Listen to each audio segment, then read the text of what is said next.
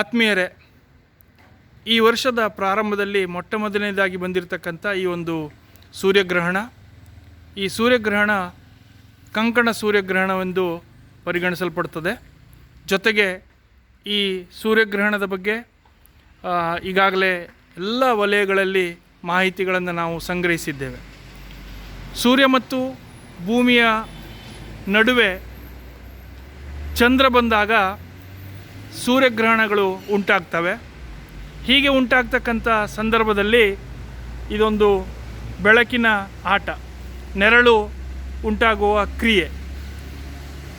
ಉತ್ತರ ಭಾರತದಲ್ಲಿ ಇದು ಪೂರ್ಣವಾಗಿ ಕಂಕಣವಾಗಿ ಕಂಡರೆ, ದಕ್ಷಿಣದ ಭಾಗಗಳಲ್ಲಿ ಇದು ಭಾಗಶಃ ಕಂಡ ಸೂರ್ಯಗ್ರಹಣವಾಗಿರ್ತದೆ. ಈ ಸೂರ್ಯಗ್ರಹಣವನ್ನು ನೋಡಬೇಕಾದ್ರೆ ನಾವು ಉತ್ತಮವಾಗಿರ್ತಕ್ಕಂಥ ಫಿಲ್ಟರ್ಗಳಿಂದ ಮಾಡಿರುವಂಥ ಒಂದು ಸಾಧನಗಳನ್ನು ಬಳಸಬೇಕು.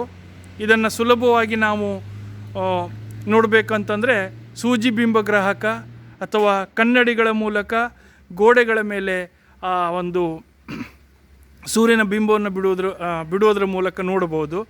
ಜೊತೆಗೆ ಈ ಬರಿಗಣ್ಣಿನಿಂದ ನೋಡುವಂಥದ್ದು ಈ ಸೂರ್ಯಗ್ರಹಣವನ್ನು ವೀಕ್ಷಣೆ ಮಾಡುವುದಕ್ಕೆ ತುಂಬ ದುರಂತ, ಅದನ್ನು ಮಾಡಬಾರ್ದು.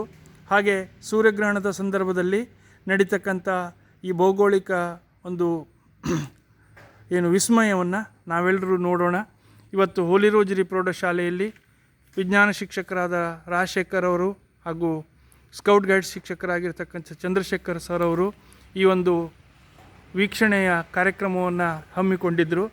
ಅನೇಕ ವಿದ್ಯಾರ್ಥಿಗಳು, 50ಕ್ಕೂ ಹೆಚ್ಚು ವಿದ್ಯಾರ್ಥಿಗಳು ಆಗಮಿಸಿ ಈ ಗ್ರಹಣವನ್ನು ವೀಕ್ಷಿಸಿ ಮನೆಗಳಿಗೆ ತೆರಳಿದ್ದಾರೆ. ಅವರು ಬಂದಾಗ ಸ್ಯಾನಿಟೈಸೇಷನನ್ನು ಅವರಿಗೆ ಕೊಟ್ಟು ಆ ಫಿಲ್ಟರ್ ಪೇಪರನ್ನು ಸ್ಯಾನಿಟೈಸೇಷನ್ ಮಾಡಿ ಅವರಿಗೆ ಗ್ರಹಣ ವೀಕ್ಷಣೆಗೆ ಅನುಕೂಲ ಮಾಡಿಕೊಡಲಾಯಿತು. ಧನ್ಯವಾದಗಳು.